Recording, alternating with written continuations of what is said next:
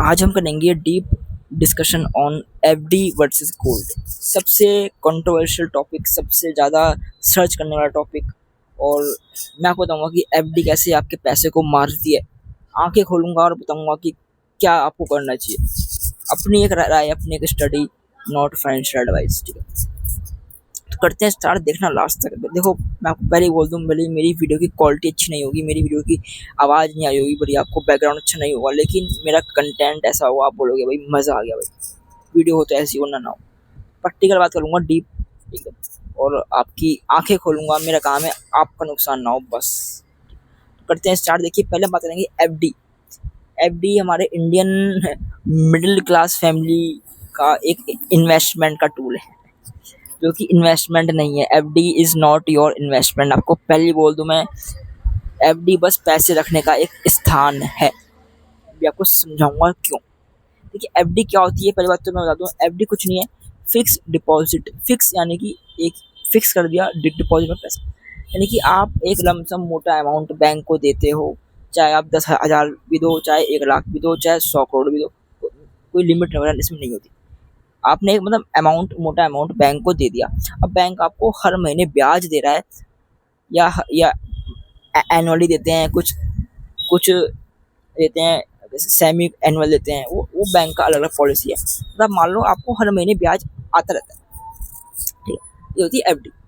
अब एफडी में क्या है, रिस्क तो होता नहीं होगी। एफडी में तो वही ये है कि भाई बस फिक्स है, वही वो एग्रीमेंट होता है कि भाई इतने इतने परसेंट ब्याज आपके पास आएगा, चाहे दुनिया में आग लगे, दुनिया में जाए, खुशहाली आए, चाहे कोरोना आए, चाहे आपका मार्केट अप डाउन जाए, उसे कोई मतलब नहीं है। एफडी फिक्स है भाई, फिक्स एक इनकम है भाई, आती रहती है, आती रही है जब तक आपने एफडी कर रखी है। एफडी के नुकसान आपको बताता हूँ क्या है। कि देखो, एफडी अगर आप इकोनॉमिक्स के हिसाब से देखो ना, तो एफडी महंगाई को भी बीट नहीं कर पाती।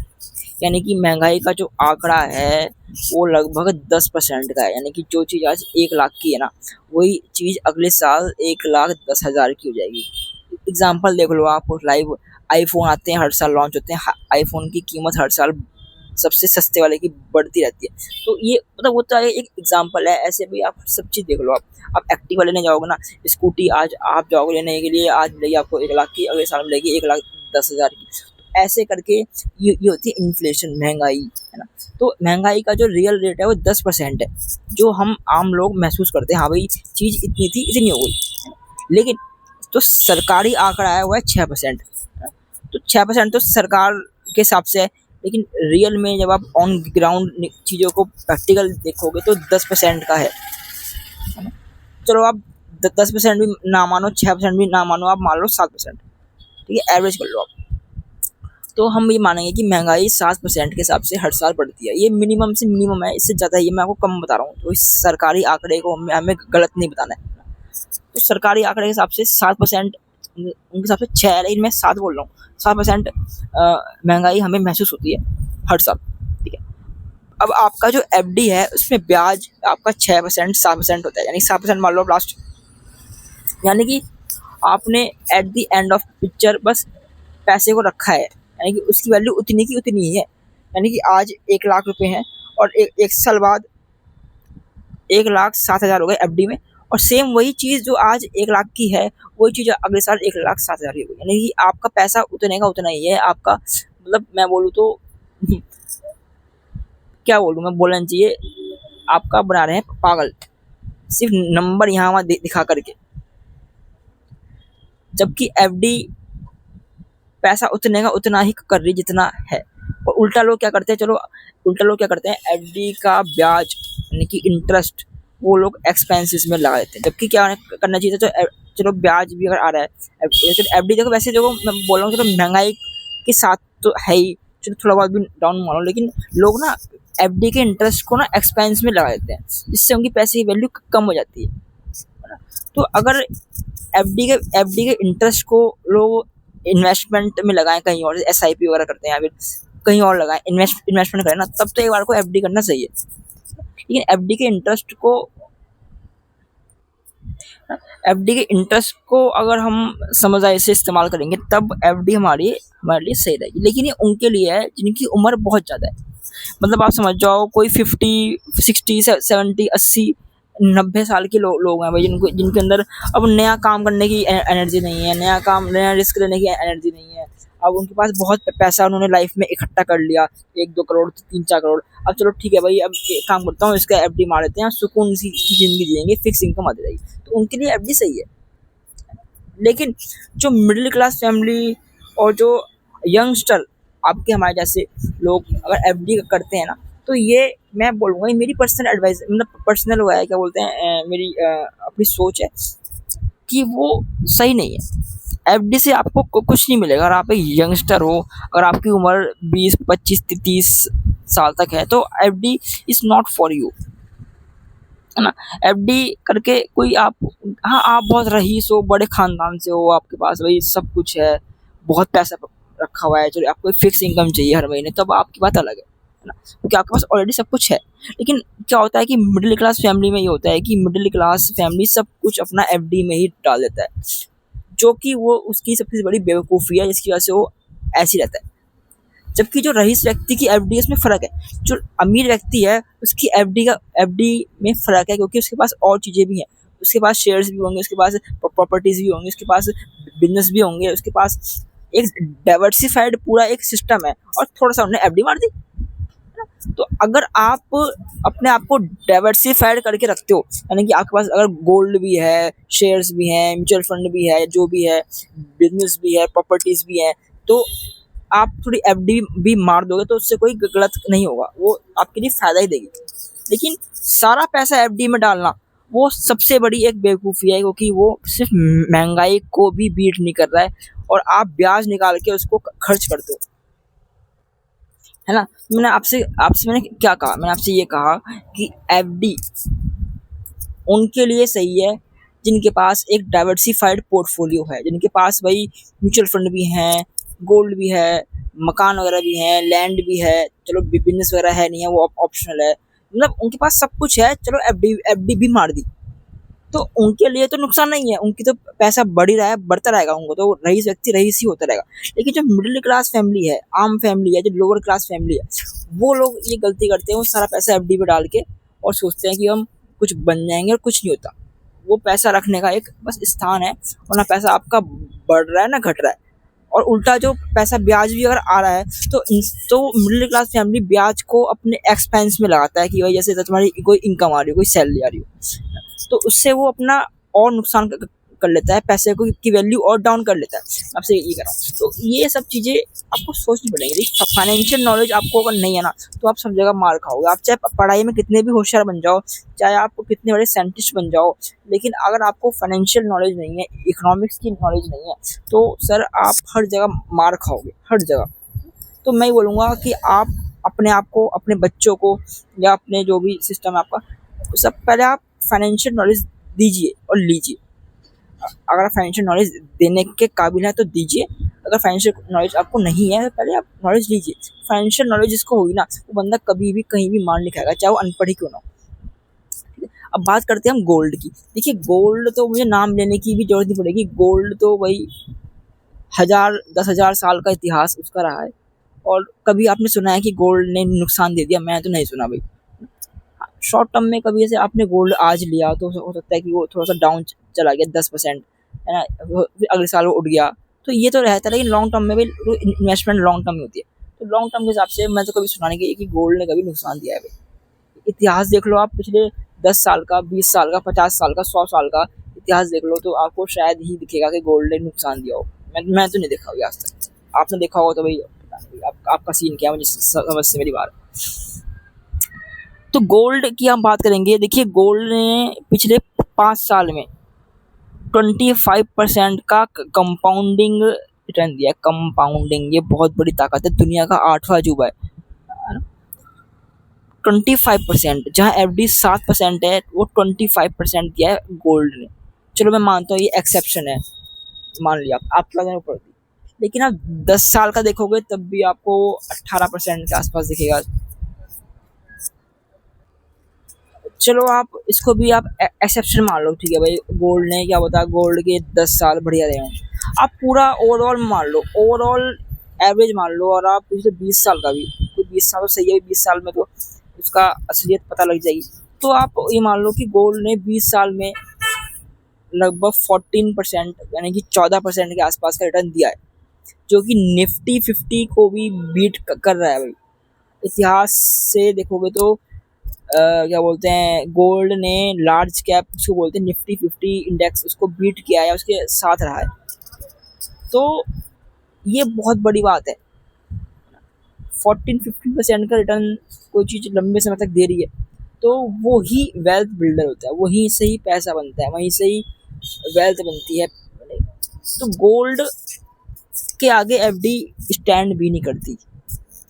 मैंने आपसे क्या कहा, एफडी को मैं गलत नहीं बोल रहा हूँ, लेकिन अगर आप सिर्फ एफडी ही मार रहे हो और आपकी उम्र अभी यंग है, तो ये आप सबसे बड़ी बेवकूफ़ी कर रहे हो। अदरवाइज अगर आप बुजुर्ग हो या रिटायर्ड व्यक्ति हो या आपके पास सब कुछ है, तब आप एफडी मार रहे हो एक एक हिस्से की, तब अलग बात, तब एफडी सही है।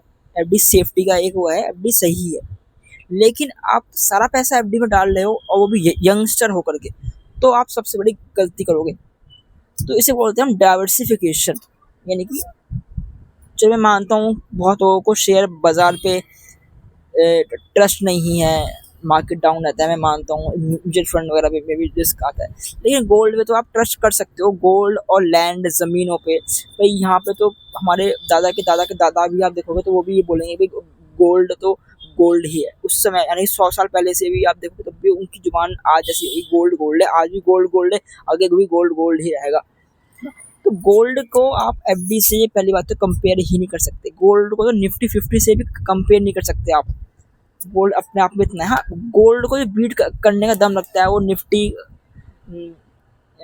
मिड कैप बोल लो या स्मॉल कैप बोल लो, वो गोल्ड को दम रखने, गोल्ड को बीट करने का दम रखते हैं। लेकिन खैर वो बहुत रिस्की हो जाएगा, मैं आपको नहीं बोलूँगा अभी वहाँ जाने को। लेकिन गोल्ड वैसे अपने आप में सेफ्टी के साथ भी देखते हुए भी, स्टेबिलिटी के साथ भी और रिटर्न के साथ भी बेस्ट। मैं बोलता हूँ कि मैं कोई आपको वित्तीय सलाह नहीं दे रहा हूँ, मैं कोई फाइनेंशियल एडवाइस नहीं दे रहा हूँ, लेकिन मैं अपना स्टडी बता रहा हूँ कि गोल्ड में भाई सबका मैं बोलूँगा इन्वेस्टमेंट होना चाहिए। आपकी आपकी मर्जी है, करोगे नहीं करोगे वो अपने आप आपकी मर्जी है। लेकिन मेरे हिसाब से भाई अगर मैं पूछूँ तो मेरे पास हाँ है, मेरे पास गोल्ड है, तो मैं गोल्ड को मैं इन्वेस्टमेंट का टूल मानूंगा, ना कि एफडी को।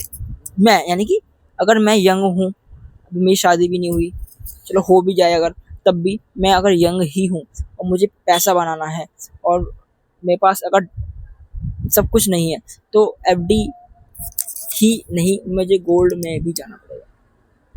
बेस्ट क्या है, चलो मैं आपकी बात बोल दूँ, आपको ज़्यादा मैं लटकाता नहीं हूँ। बेस्ट क्या है, देखो बेस्ट, देखो गोल्ड में इन्वेस्टमेंट करने का भी एक वे है, वो है गोल्ड ईटीएफ, है ना। गोल्ड की ज्वेलरी नहीं, कोई ज्वेलरी में होते हैं मेकिंग चार्जेस लगते हैं, और ज्वेलरी भी प्योर गोल्ड नहीं होता है। यानी कि गोल्ड, सपोज आप 1 लाख रुपए की सोने की रिंग लेके आए, अब 1 लाख की सोने की गोल्ड की रिंग लेके आए तो उसमें भाई कम से कम 20% तो होगा चार्ज, यानी कि 80,000 रुपये की उसकी वैल्यू है। प्लस उसमें जो है वो गोल्ड भी आपका 24 कैरेट का नहीं होगा, 22 का होगा, 20 का होगा, ऐसे होगा। तो रियल में आप उसी, सपोज आपने कोई आज 1 लाख की अंगूठी ली और अगले दिन आप उसको बेच दो, अगर गोल्ड का रेट सेम है तो आपकी वो अंगूठी मुश्किल से 70,000 की भी शायद ना जाए। ये हाल है एवरेज एक हमारे इंडिया का, ठीक है। तो यानी कि गोल्ड की jewellery is not your investment, gold की ईटीएफ को हम इन्वेस्टमेंट का फॉर्म बोलते हैं, या फिर गोल्ड के सिक्के। अब सिक्कों में दिक्कत ये है कि इसको रखना का वो है कि खो गया तो फिर लॉस हो जाएगा। लेकिन ऐसे यूथ हम नए ज़माने के साथ अगर आप चलोगे, जो लोग व्हाट फॉलो कर रहे हैं और सही भी है, वो है ईटीएफ। ईटीएफ में आपको कोई झंझट नहीं है, आपके डीमैट अकाउंट में वो सेव होता है, ना चोरी होता है, ना हैक होता है, ना कोई उसको लेता है, आपका ही होता है। चाहे ऐप भाग जाए, वो सरकारी अकाउंट में मतलब होता है, ऐसे देखा जाए। ठीक है,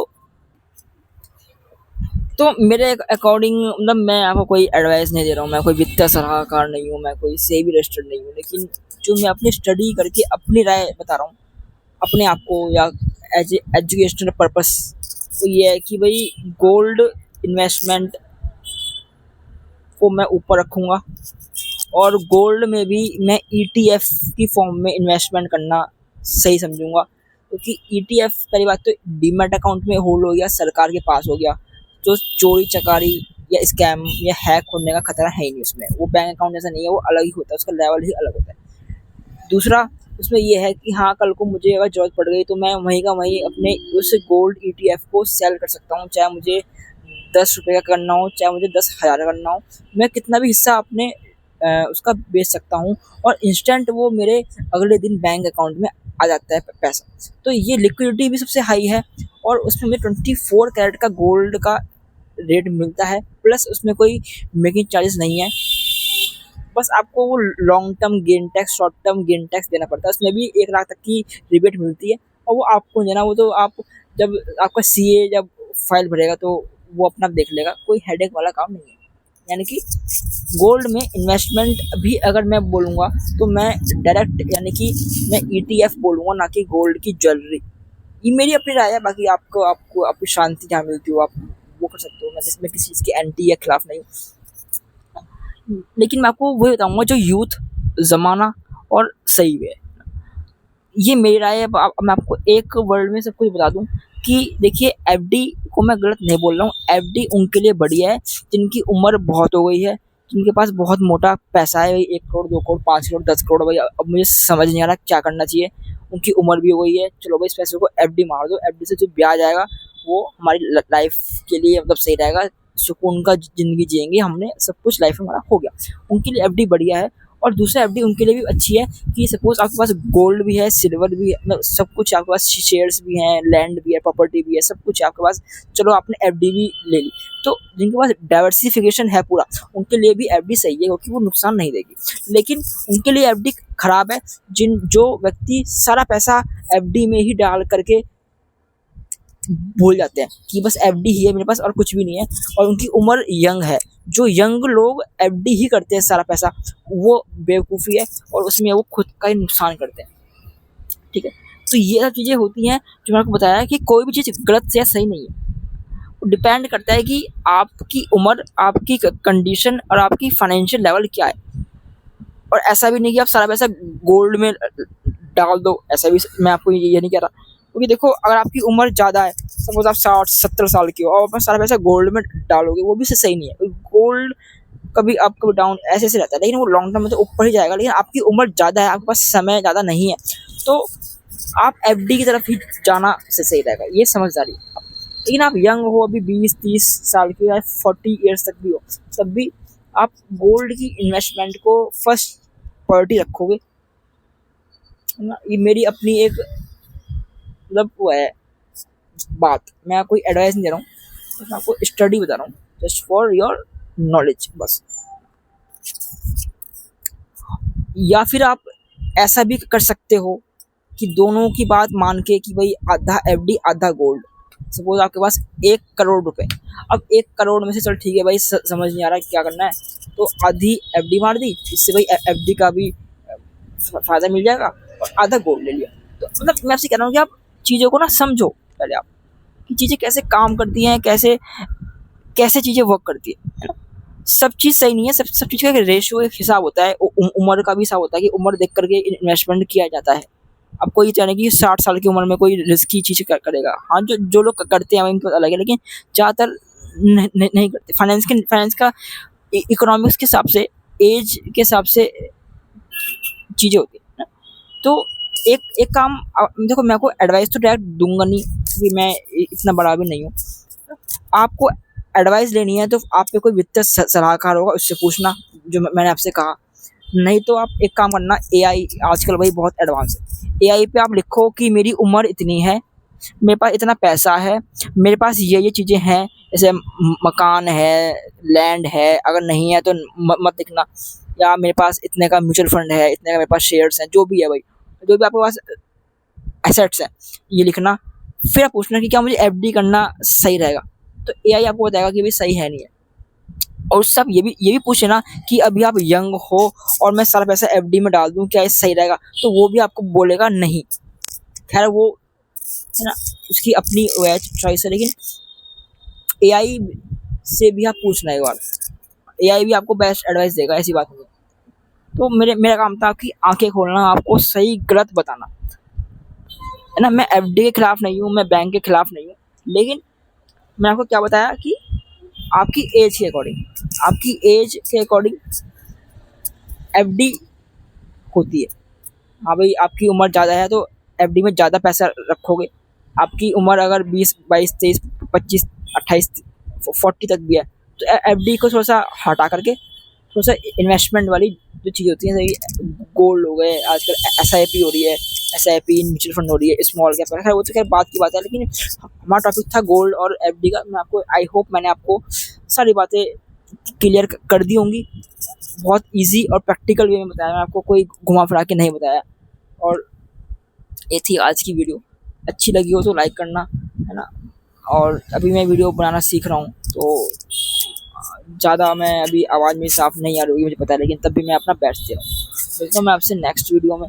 और मेरी वीडियोज़ को जाके देखो, पहले मैंने और भी अच्छी पर्सनल फाइनेंस के ऊपर वीडियो बनाई है जो आपके शायद काम ही आएंगी। मैं एकदम रियल और सच बात बोलता हूँ, मैं कोई घुमा फिरा के नहीं बोलता, मैं प्रैक्टिकल चीज़ें बोलता हूँ। ये एक मेरी मतलब अपनी एक यूएसपी है। भले ही मेरी वीडियो की क्वालिटी अच्छी नहीं है, मेरी आवाज़ वगैरह इतनी साफ शायद जितनी ऑल ओवर की आती है तो साफ नहीं आ रही होगी, या मेरा बैकग्राउंड उतना वो प्रोफेशनल नहीं होगा, लेकिन मेरा कंटेंट ही बोलेगा, याद रखना। तो बाय।